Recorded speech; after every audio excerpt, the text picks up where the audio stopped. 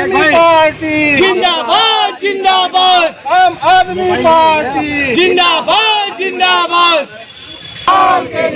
भ्रष्टाचार का है केजरीवाल आम आदमी पार्टी, जिंदाबाद जिंदाबाद आम आदमी पार्टी जिंदाबाद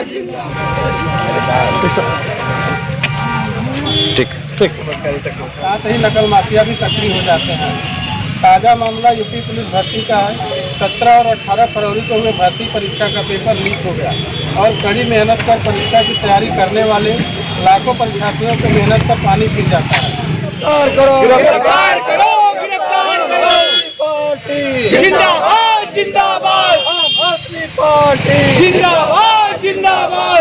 लड़त है गोरों के, अब लड़ेंगे चोरों से, लड़त है गोरों के, अब लड़ेंगे चोरों से, अब लड़ेंगे चोरों से। लड़त है गोरों से। भैया मैं इंजीनियर रमाशंकर सिंह पटेल, जिला अध्यक्ष आम आदमी पार्टी। हम लोग यहाँ आए हुए हैं जो पुलिस परीक्षा का पेपर लीक हो रहा है, आरओ का पेपर लीक हो रहा है, उसी संदर्भ में माननीय राज्यपाल महोदया को ज्ञापन देने के लिए आए हुए हैं। इसको निरस्त कर दिया गया है वर्तमान सरकार द्वारा। इसके बाद ये तो निरस्त तो कर ही दिया गया है। वो तो जब हमारे युवाओं का जो है पूरे प्रदेश में इतना ज़ोरदार दबाव पड़ा कि उसके दबाव में इन्होंने परीक्षा को निरस्त किया।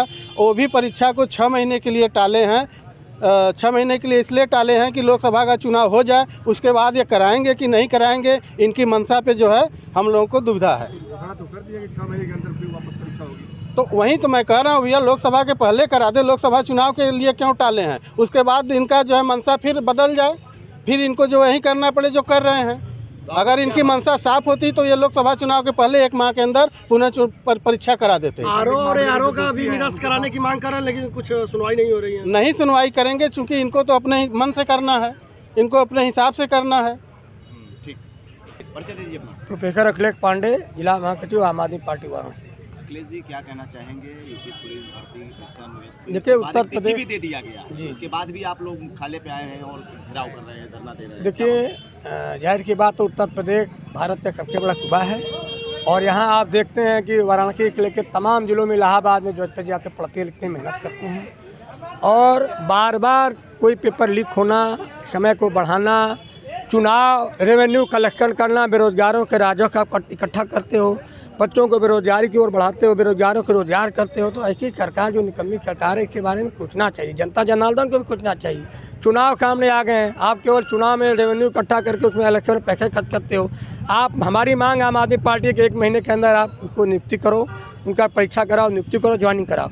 आप बार बार केवल नौकरी के नाम पर ठगी कर रहे हो, पेपर लीक हो जा रहे हैं। उत्तर प्रदेश डबल इंजन की सरकार है, इतना आप मतलब मुस्तैक होने के बाद पेपर लीक हो जाता है, बड़ी आश्चर्य की बात हो। वो भी उत्तर प्रदेश में। उत्तर प्रदेश सांसद के जाने का गलियारा है, जहाँ के उम्मीद करते हैं कि देश का भविष्य है उत्तर प्रदेश, वहाँ पर पेपर लीक होता है, वो भी डबल इंजन की सरकार होने के बावजूद भी। पेपर लीक मामले में कुछ पक्ष के नेताओं का भी नाम सामने आ रहा है, बड़े नेता का नाम। भाई जो भी है सामने आओ, साजिश की जा रही है सत्ता पक्ष को बदनाम। देखो भाई, जो भी नाम आए सामने ले आओ।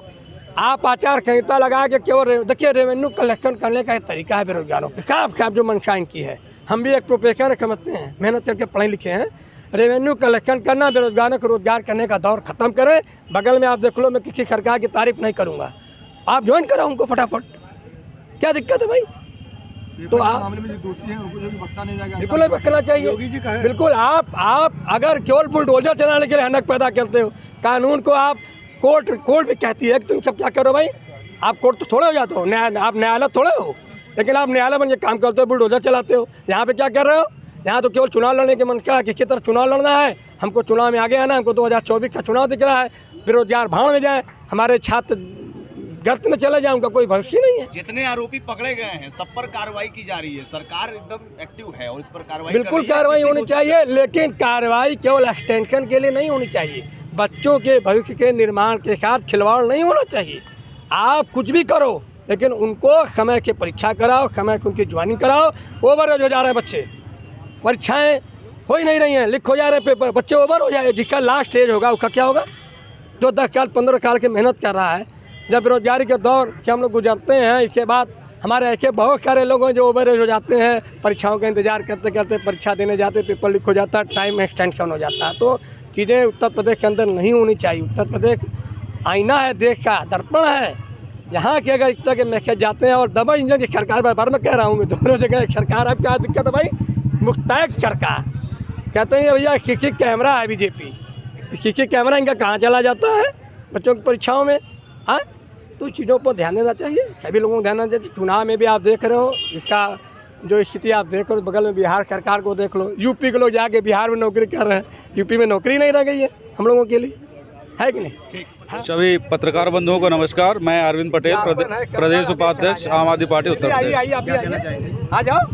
मैं कहना चाहूँगा इस प्रकरण पे कि सरकार सुशासन और राम राज्य की दावा तो करती है, लेकिन एक एग्ज़ाम को कंडक्ट कराना हुआ तो उसके पेपर लीक हो गए। आप सोचिए कि जो बच्चे सालों साल से मेहनत कर रहे थे, पता नहीं किस तबके से थे, उनकी आर्थिक स्थिति क्या थी, किसी तरीके से उन्होंने इस एग्ज़ाम के लिए तैयारी करी और जब एग्ज़ाम देने के लिए गए तो पता चला कि पेपर लीक हो गया। अब सोचिए कि उनकी मनोदशा क्या रही होगी उस समय। अगर हमारे प्रदेश में एक सरकार एक एग्ज़ाम सही ढंग से कंडक्ट नहीं करा सकती तो फिर किस तरह का राम राज्य और किस तरह का सुशासन।